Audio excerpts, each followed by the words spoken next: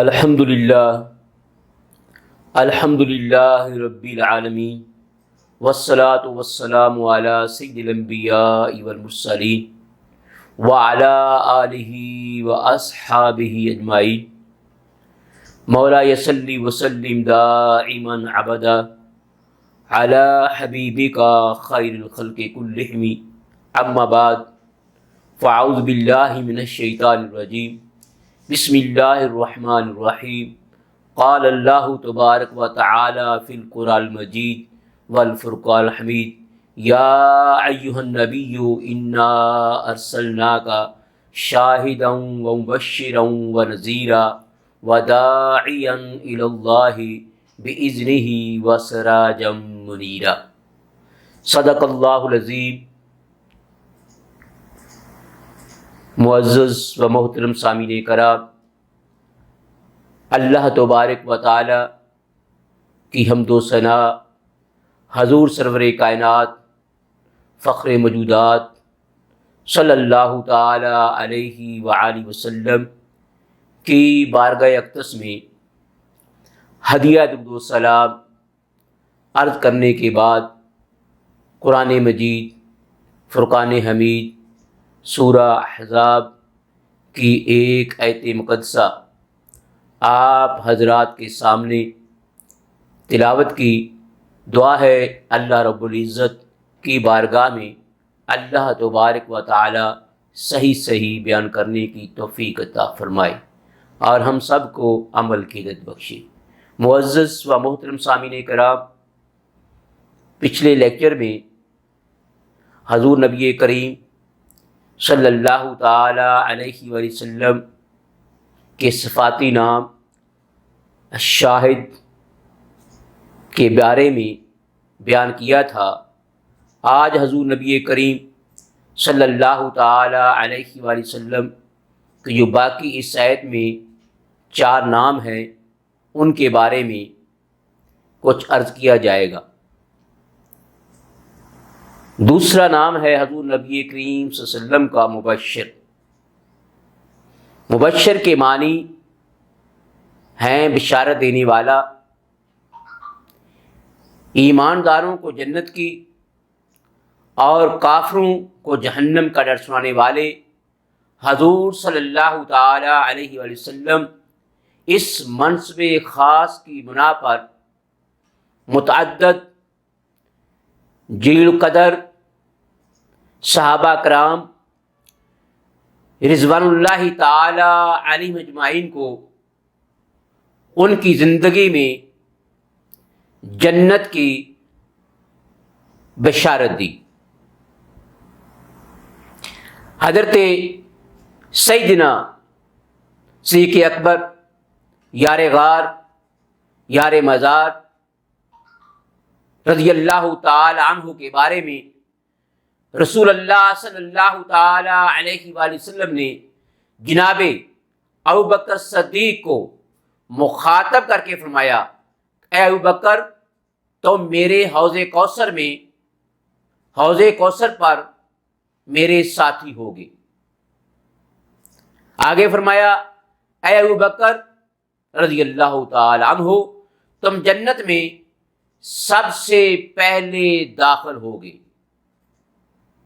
سیدنا عمر فاروق رضی اللہ تعالی عنہ کے بارے میں فرمایا کہ میری امت کا یہ شخص یعنی عمر فاروق رضی اللہ تعالی عنہ جنت میں ممتاز مقام پر ہوگا۔ جناب عثمان غنی رضی اللہ تعالی عنہ کے بارے میں آقا نامدار صلی اللہ تعالی علیہ وآلہ وسلم فرمایا، تستحی من الملائکہ کہ میرے عثمان سے ملائکہ بھی حیا کرتے ہیں۔ دوسری حدیث پاک آقا علیہ الصلوۃ والسلام نے جناب حضرت عثمان غنی رضی اللہ تعالی عنہ کو مخاطب کر کے فرمایا، رفیقی یعنی فی الجنت عثمان، کہ جنت میں میرے رفیق عثمان ہیں، ان حدیث مبارکہ کو مسلم اور ترمذی نے اپنی اپنی کتابوں میں نقل کیا ہے۔ حضور نبی کریم صلی اللہ تعالی علیہ وآلہ وسلم نے غزوہ خیبر کے موقع پر آقا علیہ الصلوۃ والسلام نے ایک دن پہلے صحابہ کرام کو مخاطب کر کے فرمایا کہ کل ہم فوج کا جھنڈا اس شخص کو دیں گے جس کے ہاتھ پر اللہ تبارک و تعالی خیبر کو فتح فرمائے گا۔ یفتح اللہ علی علی یدیہ، یعنی جس کے ہاتھ پر اللہ خیبر فتح فرمائے گا وہ حضرت علی ہیں۔ یفتح اللہ علی یدیہ، جس کے ہاتھ پر اللہ تعالی خیبر کو فتح فرمائے گا وہ حضرت علی ہیں۔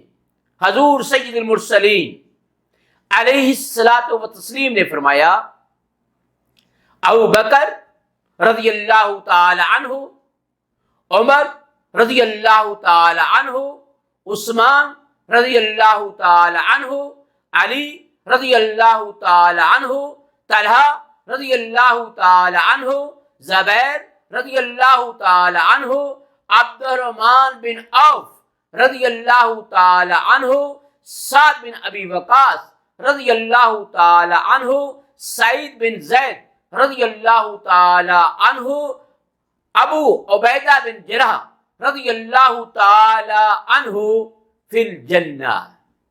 یہ میرے صحابہ جو ہیں یہ جنتی ہیں، یہ وہ خوش نصیب صحابہ کرام ہیں جن کو ایک ہی محفل میں آقا علیہ الصلوۃ والسلام نے ایک ایک کا نام لے کر ان کو مخاطب کر کے فرمایا کہ تم سب جنتی ہو۔ حضور نبی کریم صلی اللہ تعالی علیہ وآلہ وسلم اور مہاجرین جب مکہ معظمہ سے ہجرت کر کے مدینہ منورہ آئے تو یہاں پانی کا ایک کنواں تھا، باقی پانی وہاں کا خالی تھا، جو مہاجرین کو پسند نہ آیا۔ لیکن بنی غفار کے ایک آدمی کی ملک میں وہ میٹھے پانی کا کنواں تھا جس کا نام تھا روما۔ وہ اس کنویں کے پانی کو فروخت کیا کرتا تھا۔ حضور مالک جنت محبوب رب العزت جل مجدہ نے اس شخص سے فرمایا کہ یہ چشمہ میرے ہاتھ پر جنت کے عوض بھیج ڈال۔ تو انہوں نے عرض کیا کہ اللہ کے رسول، میرا ذریعہ معاش اسی چشمہ سے وابستہ ہے، یعنی میں اس چشمے کا پانی فروخت کر کے اپنی روزی کماتا ہوں، اپنے بچوں کی روزی کماتا ہوں، اس لیے مجبور ہوں، میرے پاس اور کوئی ذریعہ معاش نہیں ہے، اس لیے میں یہ طاقت نہیں رکھتا۔ یہ خبر جب حضرت عثمان غنی رضی اللہ تعالی عنہ کو پہنچی تو آپ رضی اللہ تعالی عنہ نے چشمہ کے مالک کو راضی کر لیا اور اس چشمے کو 35,000 روپے میں خرید لیا۔ آج سے 1400 سال پہلے کی بات کر رہا ہوں، تو آپ اندازہ لگائیے کہ آج سے 1400 سال پہلے 35,000 کتنی بڑی رقم ہوگی۔ جناب سیدنا عثمان غنی نے 35,000 میں خرید کر عام مسلمانوں کے لیے اسے وقف کر دیا۔ پھر خدمت نبوی میں حاضر ہوئے، عرض کی کہ یا رسول اللہ صلی اللہ علیہ وآلہ وسلم، اگر میں اس چشمہ کو خرید کر وقف کر دوں تو کیا سرکار مجھے بھی اس کے عوض اس کے بدلے میں جنت کا چشمہ عطا ہوگا؟ حضور علیہ الصلوۃ والسلام نے فرمایا نعم، عرض کی میں نے بیر روما کو خرید لیا ہے اور مسلمانوں کے لیے اسے وقف کر دیا ہے۔ طبرانی نے اس حدیث کو، اس واقعہ کو نقل کیا ہے۔ اب قابل غور بات یہ ہے کہ حضور نبی کریم صلی اللہ تعالی علیہ وآلہ وسلم جنت کے چشمہ کے عوض بیر روما کو خرید رہے ہیں۔ سب جانتے ہیں خرید و فروخت میں، لین دین میں ملکیت شرط ہے۔ جب تک آپ کسی چیز کے مالک نہیں، جب تک کوئی چیز آپ کی ملکیت میں نہیں، آپ اسے بیچ نہیں سکتے، آپ اسے بیچ نہیں سکتے۔ مگر حضور نبی کریم صلی اللہ تعالی علیہ وآلہ وسلم کی یہ خصوصیت ہے، آپ صلی اللہ علیہ وسلم کی یہ شان ہے جو اللہ تبارک و تعالی نے اپنے حبیب علیہ الصلوۃ والسلام کو عطا فرمائی ہے کہ حضور نبی کریم صلی اللہ تعالی علیہ وآلہ وسلم نے جنت اس چشمے کے بدلے حضرت عمر فاروق کو جنت کا چشمہ عطا فرما دیا۔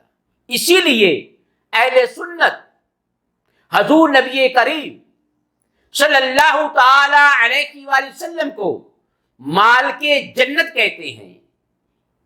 شرح مشرق علامہ اقبال نے شاید اسی حدیث کو پڑھ کر یہ شعر کہا تھا، تعجب کی جا ہے کہ فردوس اعلیٰ بنائے خدا اور بسائے محمد صلی اللہ علیہ وسلم۔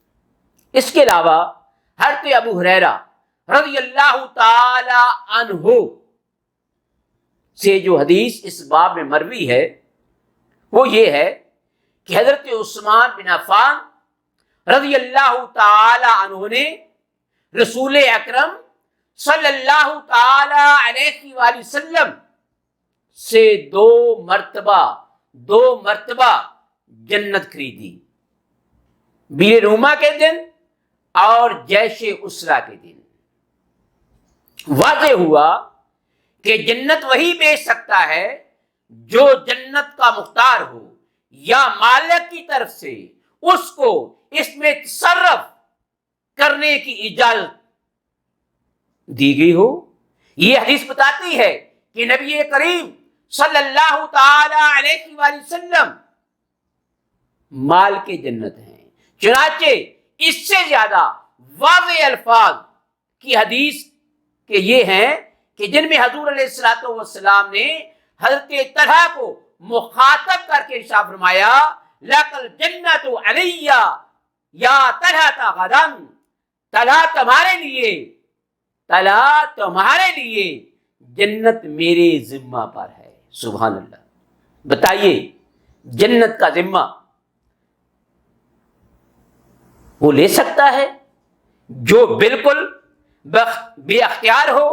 اسی حدیث سے حضرت عثمان غنی رضی اللہ تعالی عنہ کا جنتی ہونا بھی ثابت ہوا، یعنی دو دفعہ آقا علیہ الصلوۃ والسلام نے حضرت عثمان غنی رضی اللہ تعالی عنہ کو جنت عطا فرمائی۔ چنانچہ حضرت علی کرم اللہ وجہ الکریم خود حضرت عثمان غنی رضی اللہ تعالی عنہ کی اس فضیلت کے معترف تھے جب ان سے حضرت عثمان غنی رضی اللہ تعالی عنہ کے متعلق دریافت کیا گیا، پوچھا گیا تو آپ نے فرمایا کہ عثمان وہ ہے جو بزم اعلیٰ میں ذوالنورین پکارے جاتے ہیں۔ حضور نبی کریم صلی اللہ تعالی علیہ وآلہ وسلم کی دو صاحبزادیوں کے شور ہوئے، حضور نے ان کے لیے جنت میں ایک مکان کی ضمانت فرمائی۔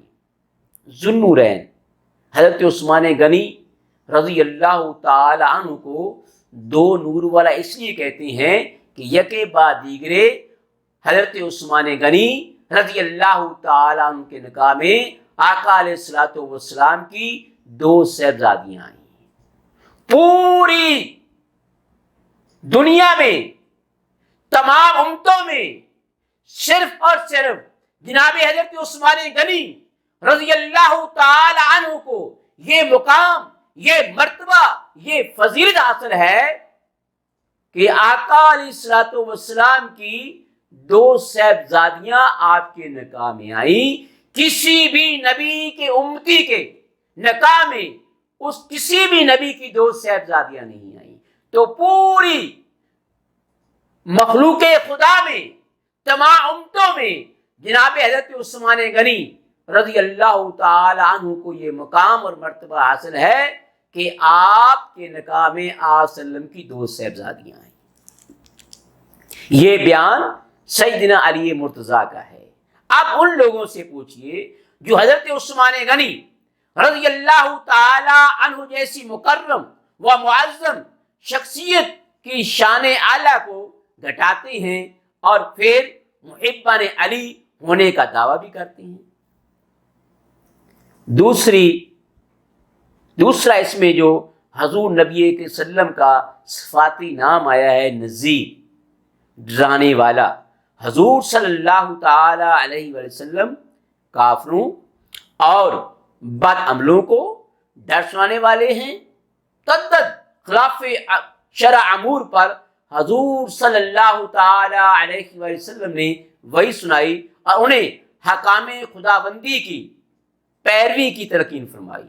امام بخاری حضرت عبد الرحمن بن ابی بکر سے روایت کرتے ہیں کہ ایک شخص تھا جس کا نام تھا ابن العاص، وہ دربار نبوت میں بیٹھتا تو حضور نبی کریم صلی اللہ تعالی علیہ وآلہ وسلم کی نقلیں اتارتا تھا۔ ایک دفعہ یہ خبیث ناپاک اسی طرح اپنے منہ کو ہلا رہا تھا، حضور نبی کریم صلی اللہ تعالی علیہ وآلہ وسلم کی نقل اتار رہا تھا تو آقا علیہ الصلوۃ والسلام نے فرمایا ایسا ہی ہو جا، چنانچہ مرتے دم تک اس کا منہ ایسے ہی ہلتا رہا۔ حضرت امام بیہقی علیہ رحمہ حضرت انس رضی اللہ تعالی عنہ سے روایت کرتے ہیں ایک شخص تھا جس کا نام تھا عبداللہ بن سرح، وہی لکھنے کی خدمت اس کے سپرد تھی۔ کچھ دن بعد وہ مرتد ہو گیا اور عیسائیوں کے ساتھ مل کر کہنے لگا کہ محمد صلی اللہ تعالی علیہ وآلہ وسلم کو میں جانتا ہوں، میں جو چاہتا تھا لکھ دیتا تھا۔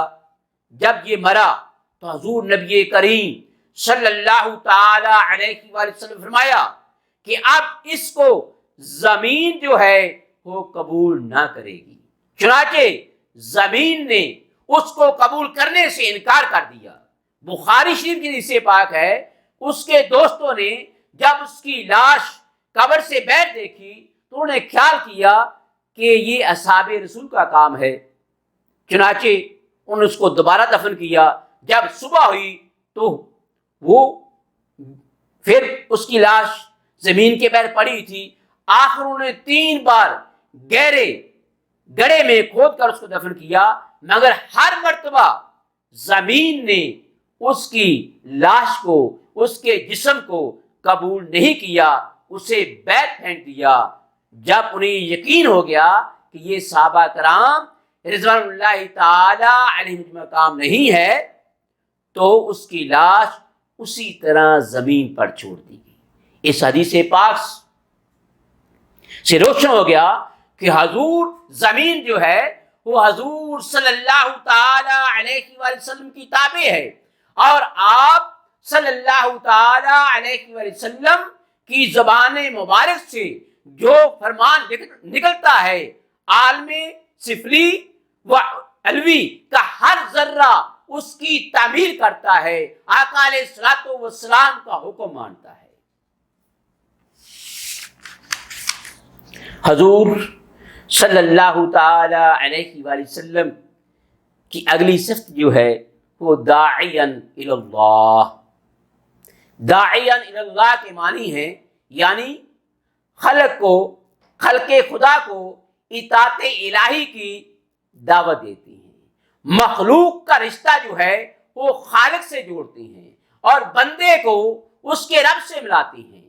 حضور فیض الہی کا ذریعہ اور واسطہ ہیں. علامہ شوکانی لکھتے ہیں یعنی رب العزت جل مجدہ ایسی ہستی ہے جو کمال کے انتہائی درجے پر ہے اور انسان نقصان کے انتہائی درجے پر ہے. اس لیے انسان میں یہ طاقت نہیں تھی کہ وہ بغیر کسی واسطہ کے رب العزت سے فیض حاصل کر سکے. لہذا اللہ تعالی سے فیض حاصل کرنے کے لیے واسطہ کی ضرورت پڑ گئی. وہ واسطہ کیسا ہو؟ لکھتے ہیں لاہو وجہ تجرد و نوع تعلق، جس میں ایک وجہ تجرد کی ہو اور دوسری وجہ تعلق کی ہو. یعنی تجرد کی وجہ سے وہ خداوند قدوس سے فیض حاصل کرے اور تعلق کی جیسے وہ فیض الہی کو انسانوں تک پہنچائے. بس ایسا واسطہ، ایسا تعلق انبیاء کرام ہے، اور ان میں سب سے بڑا، سب سے عرفہ، سب سے اعلیٰ مرتبہ حضور نبی کریم صلی اللہ تعالی علیہ وآلہ وسلم کا ہے. اگلا حضور نبی کریم صلی اللہ تعالی علیہ وسلم کا صفاتی نام اس آیت پاک میں جو آیا ہے وہ ہے سراجم منیرا، یعنی آفتاب روشن. حضور نبی کریم صلی اللہ تعالی علیہ وآلہ وسلم کو اللہ تبارک و تعالی نے سراجم منیرا کہا. جناب حضرت ابو ہریرہ رضی اللہ تعالی عنہ فرماتے ہیں کہ آقا علیہ الصلوۃ والسلام کا جو چہرہ انور تھا وہ ایسا تھا گویا کہ آفتاب جو ہے وہ چہرہ اقدس میں رواں دواں ہے. حقیقت یہ ہے کہ ہزاروں آفتابوں سے زیادہ روشنی حضور نبی کریم صلی اللہ تعالی علیہ وآلہ وسلم کے نور نبوت نے پہنچائی. کفر و شرک کی ظلمات شدیدہ کو اپنے نور حقیقت سے روشن کیا. خلق کے لیے معرفت توحید و الہی تک پہنچانے کی راہیں روشن اور واضح فرمائیں. ضلالت و گمراہی کی وادی تاریک میں راہ گم کرنے والوں کو اپنے نور ہدایت سے راہ یاب فرمایا اور اپنے نور نبوت سے ضمیر و بصیر اور قلوب و ارواح کو منور کیا. اس لیے آپ صلی اللہ تعالی علیہ وآلہ وسلم کا وجود اقدس ایسا آفتاب ہے جس نے ہزاروں آفتاب بنا دیے. حضرت ربی بنت معوذ کہتی ہیں اگر تم رسول اللہ صلی اللہ تعالی علیہ وآلہ وسلم کو دیکھتے تو ایسا معلوم کرتے جیسے الشمس و طالعہ کہ افق سے سورج طلوع ہو رہا ہے. چنانچہ حضرت جابر بن سمرہ رضی اللہ تعالی عنہ فرماتے ہیں کہ حضور نبی کریم صلی اللہ تعالی علیہ وآلہ وسلم مثل الشمس والقمر مستدیرہ کہ چاند اور سورج کی طرح حضور نبی کریم صلی اللہ تعالی علیہ وآلہ وسلم کا چہرہ انور جو تھا گول اور روشن تھا.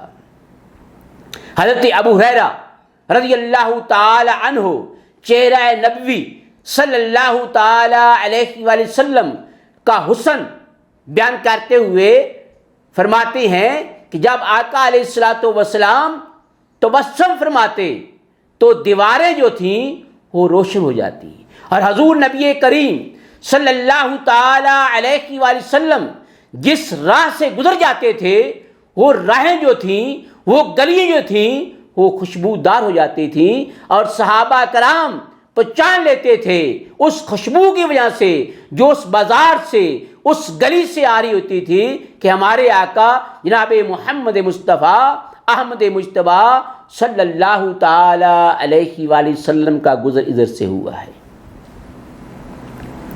حضرت ابن حالہ سے روایت ہے کہ آپ کا چہرہ انور جو تھا وہ اس طرح چمکتا تھا جس طرح 14ویں کا چاند دھمکتا ہے۔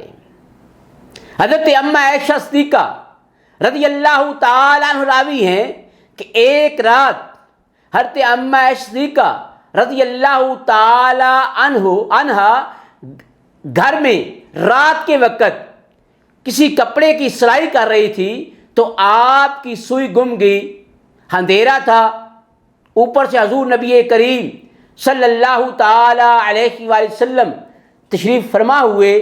پوچھا عائشہ کیا ڈھونڈ رہی ہو؟ عرض کی یا رسول اللہ میری سوئی گم گئی ہے۔ آقا علیہ الصلوۃ والسلام کا صرف مسکرانا تھا، جو پورا کمرہ جو تھا وہ روشنی سے نور سے بھر گیا، اور اس روشنی میں حضرت اما عائشہ صدیقہ بنت صدیق رضی اللہ تعالی عنہا نے اپنی گمی ہوئی سوئی کو ڈھونڈ لیا۔ حضور نبی کریم صلی اللہ تعالی علیہ وآلہ وسلم جب مکہ المکرمہ سے ہجرت فرما کر یثرب کو مدینہ بنانے جاتے ہیں تو جب اہل مدینہ کو پتہ چلا کہ حضور نبی کریم صلی اللہ تعالی علیہ وآلہ وسلم ہماری طرف ہجرت فرما کے آ رہے ہیں، تو جس دن حضور نبی کریم صلی اللہ تعالی علیہ وآلہ وسلم مدینہ میں تشریف فرما ہوئے تو اہل مدینہ نے شہر مدینہ سے باہر نکل کر حضور نبی کریم صلی اللہ تعالی علیہ وآلہ وسلم کا استقبال کیا۔ استقبال کرنے والوں میں بوڑھے بھی تھے، جوان بھی تھے، مرد بھی تھے، عورتیں بھی تھیں اور بچیاں بھی تھیں۔ تو جب مدینے کے بچوں نے، جب مدینے کی بچیوں نے چہرہ مصطفیٰ دیکھا، ان کی زبان سے فی البدی یہ اشعار نکلے، طلع البدر علینا من ثنیۃ الوداع، کہ ہم پر ثنیۃ الوداع سے 14ویں کا چاند طلوع ہوا۔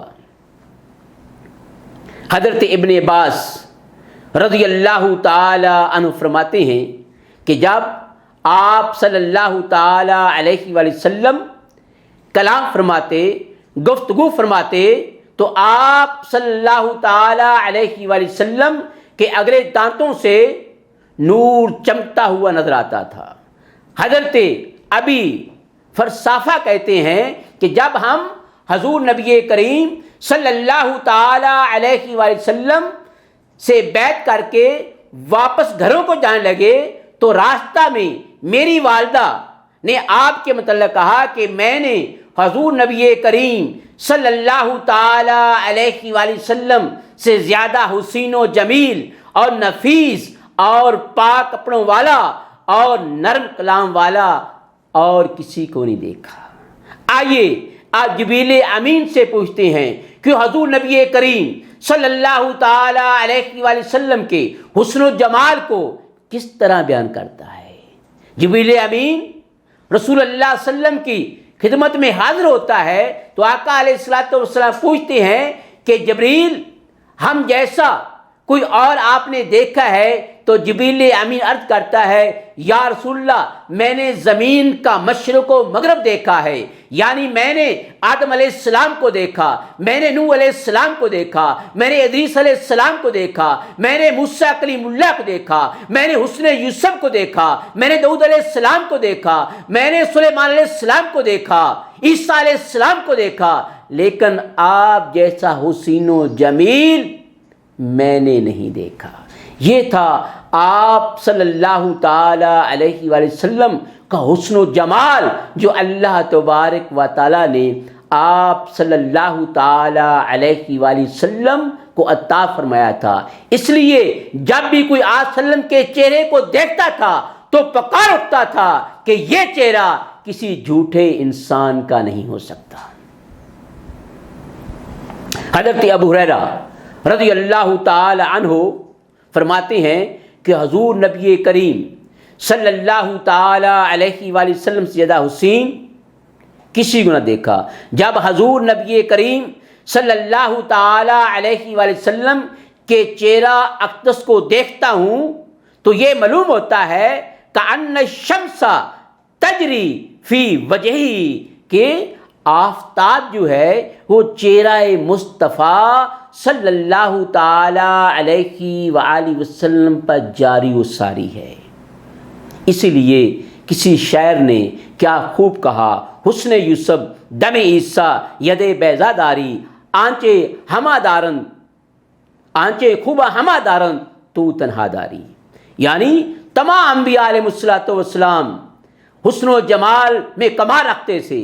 یوسف علیہ السلام کا حسن کمال کا تھا، لیکن اے میرے محبوب آپ صلی اللہ تعالی علیہ وآلہ وسلم اپنے حسن و جمال میں، اپنی خوبصورتی میں سب سے جدا ہیں، آپ جیسا اور کوئی نہیں۔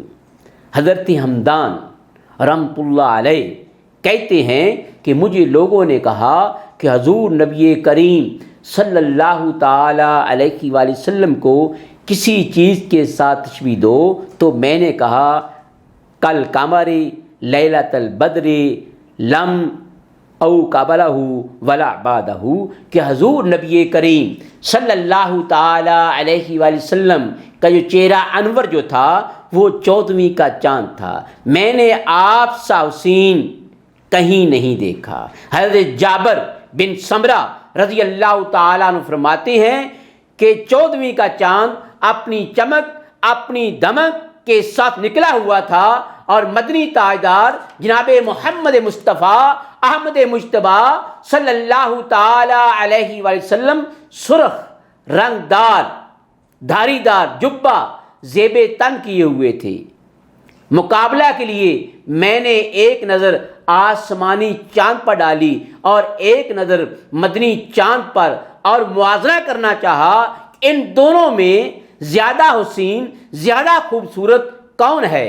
تو حضرت جابر بن سمرہ رضی اللہ تعالی عنہ فرماتے ہیں آخر میں نے فیصلہ کیا، اور کہتی ہیں فَإِذَا هُوَ أَحْسَنُ عِنْدِي مِنَ الْقَمَرِ، کہ مجھے یقین ہو گیا کہ مدنی چاند جو ہے وہ آسمانی چاند سے زیادہ خوبصورت اور زیادہ منور ہے۔ اللہ تبارک و تعالیٰ نے حضور نبی کریم صلی اللہ تعالی علیہ وآلہ وسلم جیسا حسن و جمال نہ آپ صلی اللہ تعالی علیہ وآلہ وسلم سے پہلے کسی کو عطا کیا، اور نہ حضور نبی کریم صلی اللہ تعالی علیہ وآلہ وسلم کے بعد کسی کو عطا فرمائے گا۔ اللہ تعالیٰ دعا ہے کہ اللہ تبارک تعالیٰ ہمیں حضور نبی کریم صلی اللہ تعالی علیہ وآلہ وسلم کی شان، آپ کی عظمت، آپ کی رفعت سمجھنے کی توفیق عطا فرمائے، اور صحیح معنوں میں حضور سرور کائنات صلی اللہ تعالی علیہ وآلہ وسلم کے ساتھ محبت و عقیدت کرنے کی توفیق عطا فرمائے۔ آمین۔ وما علینا الا البلاغ۔